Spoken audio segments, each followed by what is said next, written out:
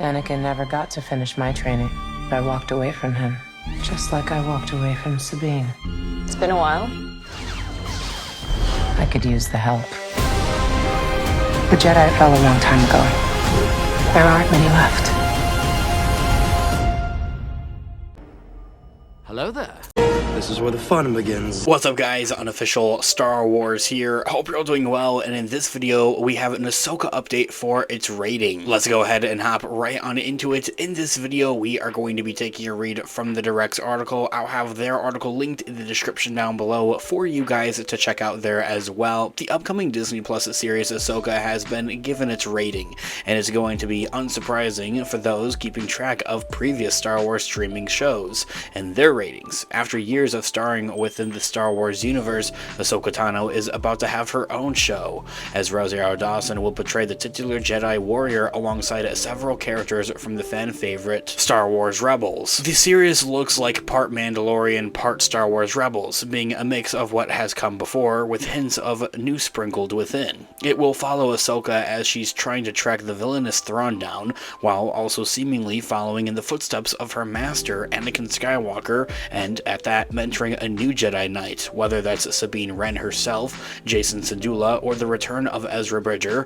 It's up in the air. Hey, it could be all three of them. Anyway, this year all being said, what is Ahsoka's official TV rating? Disney has confirmed the upcoming Ahsoka series will maintain the Star Wars streaming status quota with its rating. Ahsoka, unsurprisingly, got a TV-14 rating in anticipation of its Disney Plus debut. This listing is really in line with every other live-action Star Wars Disney Plus show, with titles like The Mandalorian, Andor, and The Book of Boba Fett all hitting that same mark of a TV-14 rating. Ahsoka's rating is a little higher than the animated Star Wars shows though, however, with most of them falling on the TV PG range. Those of you that may be wondering on how the Ahsoka series compares to other Star Wars shows' ratings, Star Wars The Clone Wars was rated TV PG, Star Wars Rebels TV Y7, Star Wars Resistance also rated TV Y7, The Mandalorian, as I had mentioned, was rated TV 14, Star Wars The Bad Batch was rated TV PG, Star Wars Visions is rated TV PG, The Book of Boba Fett is rated TV 14, Obi-Wan Kenobi is also rated TV 14, Star Wars Tales of the Jedi is rated TV PG, and Andor is rated TV 14, and finally Star Wars Young Jedi Adventures is rated the lowest for a TV Y rating. So the TV 14 rating designated to Ahsoka means that the series contains material that most parents would find unsuitable for children under 14 years of age, according to the US TV parental guidelines. On the Marvel side of things, for those of you that are Marvel fans, I have a Marvel channel linked in the description down below. For those of you that are curious, 7 of Disney's 9 superpowered streaming shows have all also earned that same TV 14 rating, with only Miss Marvel and I Am Groot hitting anything other than that TV PG ratings. Star Wars has really yet to venture out of the realms of a PG-13 projects, but Lucasfilm did cancel a movie that would have teetered on the edge of an R rating movie, with scripts of a Boba Fett movie being more on the edge of an R rating. Same thing can apply for what the Obi-Wan Kenobi show is, as it was originally set to be a movie, was closer to that R rating. And while maybe it's not necessary for a Star Wars project by any means to be rated R, I think it would definitely be cool, and I think a lot of Star Wars fans would kind of enjoy something like that, at least the more mature ones, of course. This year all being said, how mature will Ahsoka, the overall show, really be?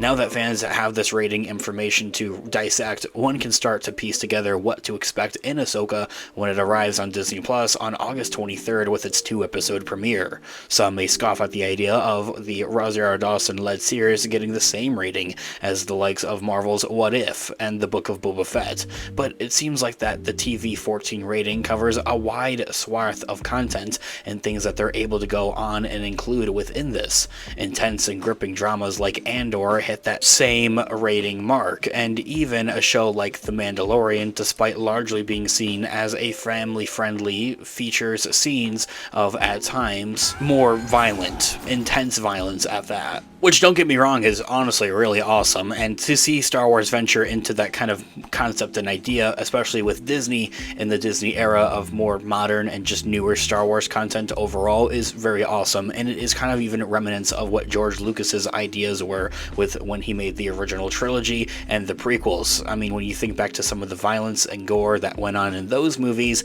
it can be applicable here for Disney and kind of what they may have in mind for the future and for their future projects. Although to say intense violence and that kind of gore and those kind of ratings aren't necessary to tell that Star Wars story all the time either. Of course, it is for the idea that they are able to show, well, a lot more going on though. And for those of you that may have been worried that Ahsoka would adopt some of the child-friendly tone seen in the animated Rebels show, of which Ahsoka will serve as kind of a sequel to, as a season 5 of Star Wars Rebels, it looks like there is no need for any nerve with that. As Ahsoka has been described as a continuation of Star Wars Rebels, and has even been described as a season 5 of Rebels by show creator Dave Filoni, that really isn't necessarily the case by any means, and especially with the Ahsoka show partaking within the Mandoverse, I kind of look more closely with the other Mandoverse shows, like the Book of Boba Fett and the Mandalorian's seasons, with kind of some of those more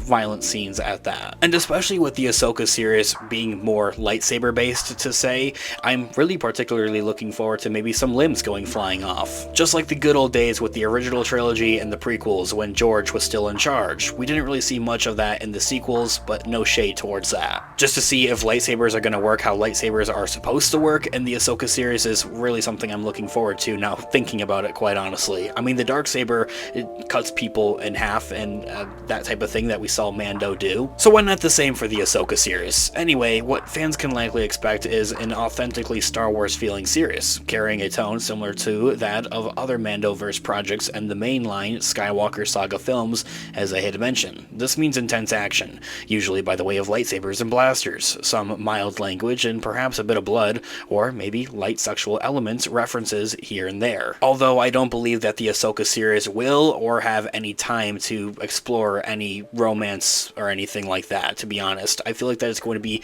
fairly jam-packed with a lot of action, which is exactly what I'm here for. Anyway, as we now do know, Ahsoka is going to be rated TV-14 like the other Mandoverse shows and all the other live-action Star Wars shows. What do you guys want to see with the Ahsoka series? I would love to hear all of your thoughts and opinions in the comment section down below. Thanks so much for watching today's video. Of course, this has been Unofficial Star Wars. Have a great one. I'll catch you guys in the next one. May the Force be with you as always. Peace out.